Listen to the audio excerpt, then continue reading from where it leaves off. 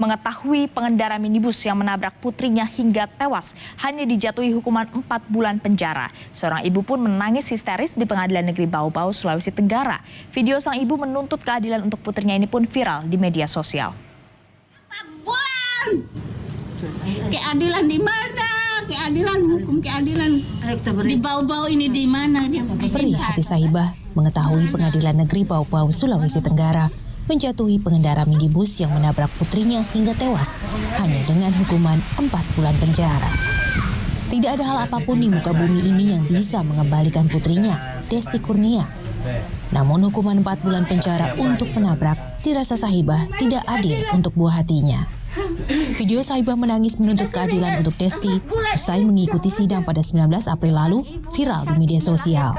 Membesarkan selama tidak terima baik. Anakku saya besarkan selama 18 tahun sekali dibalas nyawanya dengan cuma hukuman 4 bulan saja. Saya tidak terima baik.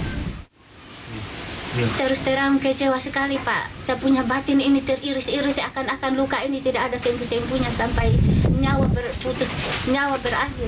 Tidak ada putus, tidak akan terobati dengan kekecewaan saya sebagai seorang ibu. Pengadilan Negeri Kota Bau-Bau memiliki alasan menjatuhi penabrak dengan hukuman 4 bulan penjara.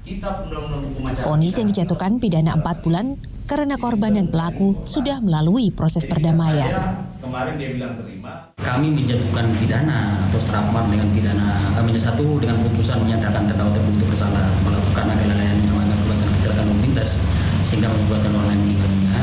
Dan kedua menjatuhkan pidana kepada yang bersangkutan dengan pidana penjara adalah selama 4 bulan. Sama dengan tuntutan penuntut umum bahwa dalam pemeriksaan perkara ini ternyata oleh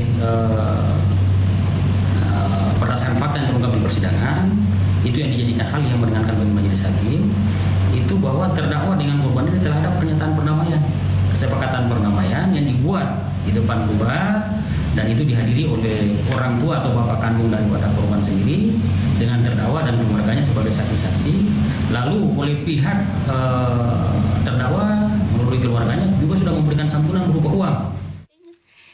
Kecelakaan yang menewaskan Desti Kurnia, putri Sahibah, terjadi pada Mei 2019 lalu.